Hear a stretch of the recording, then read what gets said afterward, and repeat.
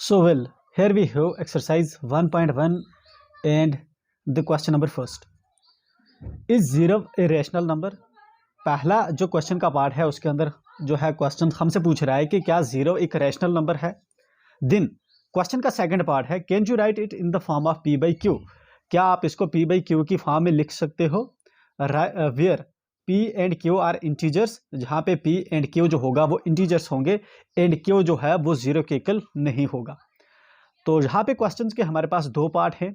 Well तो इन दो parts को हम जो है सेपरेटली एड्रेस करेंगे। तो पहला क्वेश्चन का क्या पार्ट है, is zero a rational number.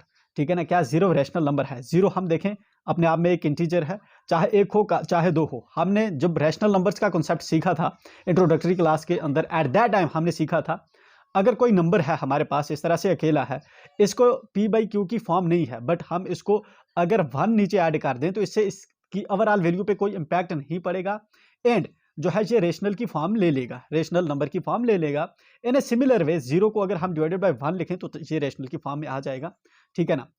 Is zero a rational number, तो यस पहला हमारा होगा, क्वेश्चन का पहला पार्ट है yes zero is a rational number.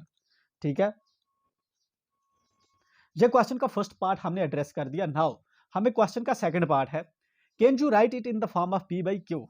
yes it can be written in the form of yes it can be written in the form of p by q। अगर p by q की form में ये लिखा जाता है जहां पे p where p and q are integers और जो q है and Q is not equal to zero, जो क्या होगी उसकी वैल्यू जीरो के इक्वल नहीं होगी। तो यही वाली जो चीज है मैंने जहां पे लिखी है, नीचे लाइन लिखी मैंने। एग्जांपल के तौर पे हम देखें, फॉर एग्जांपल मैं कहूंगा, फॉर एग्जांपल लिखेंगे जिस तरह से जीरो डिवाइडेड बाई वन।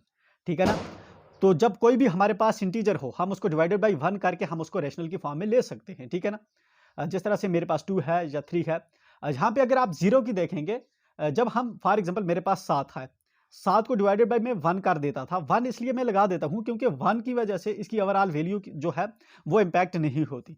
ठीक है ना, इस तरह जीरो को मैंने वन ऐड किया तो इस जीरो की वैल्यू में कोई फर्क नहीं आएगा। अगर जीरो को इसके अलावा कुछ और हम नंबर भी दें, क्योंकि जगह पे कोई और नंबर भी रखें, फॉर एग्जाम्पल मैंने 8 रखा, for example zero divided by -17 मैंने रखा, या जीरो डिवाइडेड बाई 10 रखा मैंने, तो इन सब की वजह से ये जीरो के लिए स्पेशल केस है कि जहां पे हम क्योंकि जगह पे कोई और इंटीजर रखें तब भी ये जो ओवरऑल वैल्यू जीरो की है वो चेंज नहीं होगी। तो दैट इज वाई ये जो है हम इसको पी बाई क्यू की फॉर्म में लिख सकते हैं। चलिए, जहां पे एक चीज नोटिस करने वाली है वो ये है कि जहां पे इसने ये क्यों लिखा है कि क्यू जो है वो जीरो के इक्वल नहीं होना चाहिए।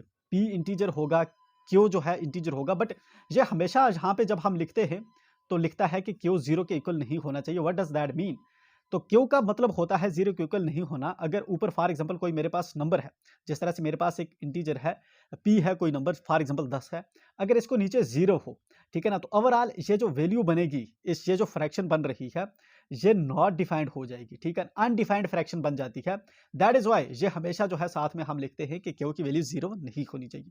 तो ये था इसके बारे में। बाकी इस तरह से पहला जो हमारा क्वेश्चन था इसको हम इस तरह से लिखेंगे। विद दिस ये क्वेश्चन कंप्लीट होता है। Let's move on to next one.